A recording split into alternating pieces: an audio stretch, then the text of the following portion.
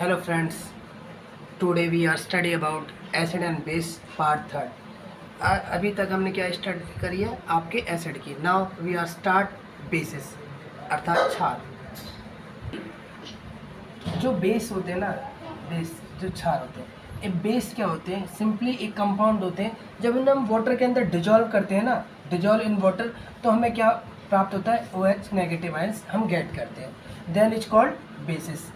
ठीक है, नोट कर लीजिए.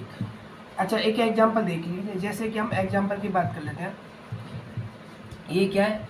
Sodium hydroxide. जब हम वाटर के अंदर डिजॉल्व करेंगे ना, तो ये क्या बनाएगा? Na पॉजिटिव प्लस में OH नेगेटिव. तो यहाँ पे हमें क्या प्राप्त हो रहा है? OH negative ions. नेक्स्ट एक और एग्जांपल हम देख लेते हैं. यहाँ पे क्या है? Potassium hydroxide. तो ये क्या होगा? कि पॉजिटिव और OH नेगेटिव. यहाँ पे भी हमें क्या प्राप्त हो रहा है? OH नेगेटिव, मतलब कि आपका. तो यहाँ पे भी हाँ we get OH negative ions. तो जब भी हम बेस सिंपली क्या होगे? जब भी किसी भी कंपाउंड को जब हम डिजॉल्व करते हैं वाटर के अंदर, तो हमें क्या प्राप्त होते हैं? OH negative ions. It's called आपका बेस. ठीक है, जैसे कि NaOH ले लिया हमने एग्जांपल, QH ले लिया. देखो, हम अल्कलाइज की बात कर लेते हैं. जो अल्कलाइज होते हैं ना, वो क्या होते हैं? ये भी है ना आपके वाटर के अंदर जब हम डिजॉल्व करते हैं इनको, तो ये क्या करते हैं? वाटर सोल्यूबल होते हैं. तो ये जब वाटर के अंदर हम डिजॉल्व करते हैं ना, देखो सिंपली अल्कलाइज वो बेसिस होते हैं. जब हम एक्वस सॉल्यूशन में हम उन्हें डालते हैं, तो हमें क्या देते हैं? OH नेगेटिव आयन क्या करते हैं? हमें प्राप्त करते हैं, होते हैं OH नेगेटिव आयन. तो आपको अल्कलाइज समझ आ गया? अल्कलाइज वो कंपाउंड होते हैं जब से ही हम उन्हें आपके एक्वा सॉल्यूशन में डालते हैं ना, तो OH नेगेटिव आयन प्राप्त होते हैं. सिंपली ये बेस की तरह हो गए. तो यहाँ पे देख, नोट डाउन करके हमने स्टार बना के डाला है कि जो ऑल अल्कलाइज होते हैं ना, वो बेसिस होते हैं. बट जो ऑल बेसिस होते हैं ना, वो जरूरी नहीं है कि वो अल्कलाइज हो. क्लियर? मेरे बात करते हैं हम क्लासिफिकेशन ऑफ बेसिस की. Classification of bases two type से होते हैं. ये 1 हो गया, ये 2 हो गया. 1 टाइप क्या आपका? Depending on strength. स्ट्रेंथ मतलब उनकी पावर, मतलब कि स्ट्रॉन्ग बेस होगा या फिर आपका वीक बेस होगा. क्लियर हो गया? स्ट्रॉन्ग बेस क्या होते हैं? जो आपकी एक एक्वा सॉल्यूशन में ना कंप्लीटली आयनाइजेशन हो जाते हैं, जो कंप्लीटली आयनाइज हो जाते हैं, वो क्या होते हैं? आपके स्ट्रॉन्ग बेस होते हैं. सेकंड पॉइंट क्या होते हैं? जो कंप्लीटली आयनाइज होने के बाद ये जो हाई कॉन्सेंट्रेशन में क्या होते हैं? OH नेगेटिव आयन निकलते हैं. क्या? हाई कॉन्सेंट्रेशन में OH नेगेटिव आयन निकलेंगे. थर्ड इसमें एक एग्जांपल देख लेते हैं. जैसे हम सोडियम हाइड्रोक्साइड को जब हम वाटर के अंदर डालेंगे, तो Na पॉजिटिव निकलेगा और OH नेगेटिव निकलेगा. जो OH नेगेटिव होगा ना, ये हाई कॉन्सेंट्रेशन में होगा, इसलिए हम क्या बोलते हैं इसे? Strong base. Weak base simply क्या होते हैं? जो आयनाइज तो होते हैं बट पार्सली, मतलब थोड़े बहुत होते हैं. ठीक है, और उनमें जो OH नेगेटिव आयन होते हैं ना, वो क्या होते हैं? लेस क्वांटिटी में होते हैं, मतलब लेस कॉन्सेंट्रेशन के साथ होते हैं. जैसे हम NH4OH को जब हम आयनाइज करेंगे, तो NH4 पॉजिटिव और OH नेगेटिव. जो ये OH नेगेटिव आयंस है ना, ये बहुत कम मात्रा में क्या होंगे? मिलेंगे इसमें एक्वा सॉल्यूशन के अंदर. सेकंड पॉइंट की बात कर लेते हैं, डिपेंडिंग ऑन कंसंट्रेशन.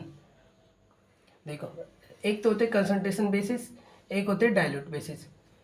कॉन्सेंट्रेटेड पहले कौन से होते हैं? Concentrated basis. सेकंड है डाइल्यूट बेसिस. कॉन्सेंट्रेटेड बेसिस क्या होते हैं? जिनमें आपका high amount of base present होता है एक फिक्स सॉल्यूशन में. आपका कोई सॉल्यूशन है वो फिक्स है, बट उसमें जो बेस की क्वांटिटी है ना, वो क्या है? हाई अमाउंट है. तो वो क्या होगा? आपका कॉन्सेंट्रेटेड बेसिस. डाइल्यूट बेसिस क्या होते हैं? कि less amount of basis present in fix solution. कोई सॉल्यूशन फिक्स है और उसमें जो बेसिस की क्वांटिटी ना, वो बहुत लो है, तो वह क्या हो गया? Dilute basis. कॉन्सेंट्रेशन बेसिस को जब हम जैसे हम इसे वाटर ऐड करते जाएंगे, तो क्या सा बनता जाएगा? डाइल्यूट बेसिस में चेंज होता जाएगा. क्लियर? बात करते हैं फिजिकल प्रॉपर्टी ऑफ बेसिस की. तो टेस्ट की बात करते हैं, तो कैसा होता है आपका टेस्ट? बेटर होता है. किसका?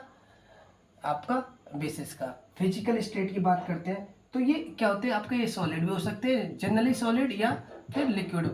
ठीक है, क्या होंगे? सॉलिड या लिक्विड. अगर बात करते हैं इलेक्ट्रोलाइटिक्स की, तो ये क्या होते हैं आपके? गुड कंडक्टर इलेक्ट्रोलाइट होते हैं.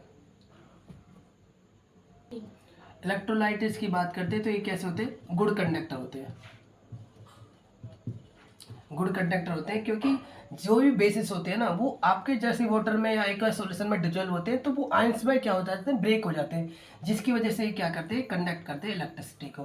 कोरोसिव नेचर की बात करते हैं तो जो स्ट्रॉन्ग बेस होते हैं ना, ओनली स्ट्रॉन्ग बेस, वो आपके क्या होते हैं, कोरोसिव नेचर के होते हैं। जितने भी ऑल स्ट्रॉन्ग बेसिस होंगे ना वो क्या होंगे, कोरोसिव नेचर के होंगे, जैसे NaOH क्या होंगे, कोरोसिव नेचर के। बात करते हैं कलर की, तो ये जो कलर है ना ये डिपेंड करता है आपके इंडिकेटर पे, किस पे, इंडिकेटर पे। तो इंडिकेटर के बारे में देख लेते हैं, चलो ठीक है। इंडिकेटर की बात करते हैं हम, 4 तरह के हमने इंडिकेटर लिया है यहाँ पे, 4 टाइप्स के लिटमस सॉल्यूशन लिया है ये, सेकंड आपका मिथाइल ऑरेंज है, थर्ड आपका टर्मरिक है और आपका चाइना रोज है। तो पहले की बात करते हैं लिटमस सॉल्यूशन की। तो लिटमस सॉल्यूशन जो बेसिस के होते हैं ना ये क्या करते हैं, आपके रेड टू ब्लू करते हैं, रेड टू ब्लू। क्लियर हो गया। अगर हम बात करते हैं मिथाइल ऑरेंज की तो ये क्या करते हैं, रिमेन येलो, रिमेनिंग येलो, कैसे कलर देते हैं, रिमेनिंग येलो। अगर हम टर्मरिक की बात करते हैं तो ये क्या करते हैं, रेडिश ब्राउन कलर देते हैं, ठीक है।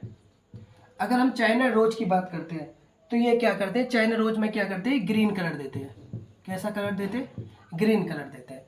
अगर हम बात करते हैं टच की तो ये कैसे होते हैं, सोपी टच के होते हैं, मतलब कि जैसे आपके साबुन होते हैं ना चिकना, लाइक दैट। तो ये टचिंग की बात करते हैं तो कैसे होते हैं, छूने पे कैसे लगते हैं, सॉपी नेचर के लगते हैं।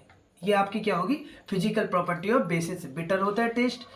फिजिकल स्टेट की बात करते हैं तो सॉलिड लिक्विड होता है। इलेक्ट्रोलाइटिस की बात करते हैं तो ये आयंस प्रोड्यूस करते हैं जिसकी वजह से गुड कंडक्टर होते हैं, कोरोसिव इन नेचर होते हैं, बट ये सारे कोरोसिव नेचर नहीं होते, only strong bases are corrosive in nature. Colour की बात करते हैं तो इंडिकेटर पे डिपेंड करता है, लिटमस सॉल्यूशन में रेड टू ब्लू करते हैं, मिथाइल ऑरेंज में ये रिमेनिंग येलो करते हैं, आपके टर्मरिक में रेडिश ब्राउन देते हैं और आपके चाइना रोज के साथ ये ग्रीन कलर प्रोड्यूस करते हैं। नेक्स्ट की बात करते हैं अगर टच की तो ये क्या होते हैं, सोपी इन नेचर। बात करते हैं केमिकल प्रॉपर्टी ऑफ बेसिस की। पहले बात करते हैं हम reaction with acid.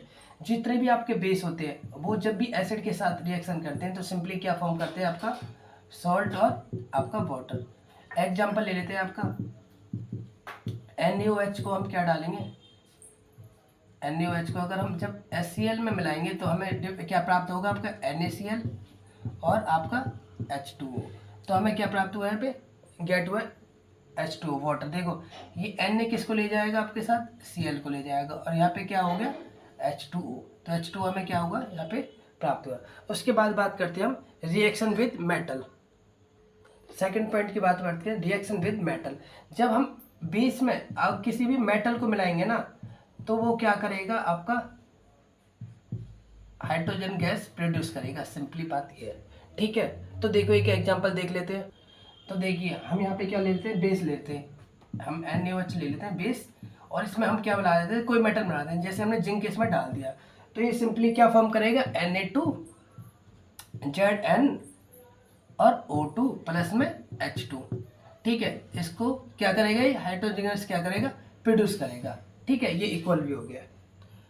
Third point की बात करते हैं action on non metal oxide. जो आपके बेस होते हैं ना, जब नॉन मेटल ऑक्साइड के साथ रिएक्शन करते हैं ना तो आपके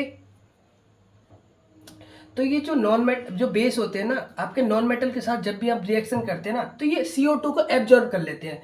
जैसे कि हम एग्जांपल ले लेते हैं, आपका नॉन मेटल ले लिया, सॉरी यहाँ पे हम बेस ले लेते हैं, बेस प्लस में नॉन मेटल ऑक्साइड। तो ये क्या आप करते हैं, आपके CO2 को क्या कर लेते हैं, एब्जॉर्ब कर लेते हैं। यहाँ पे हम कर देते हैं CO2 एब्जॉर्ब कर लेते हैं और क्या बनाते हैं, ये बनाते हैं आपके कार्बोनेट।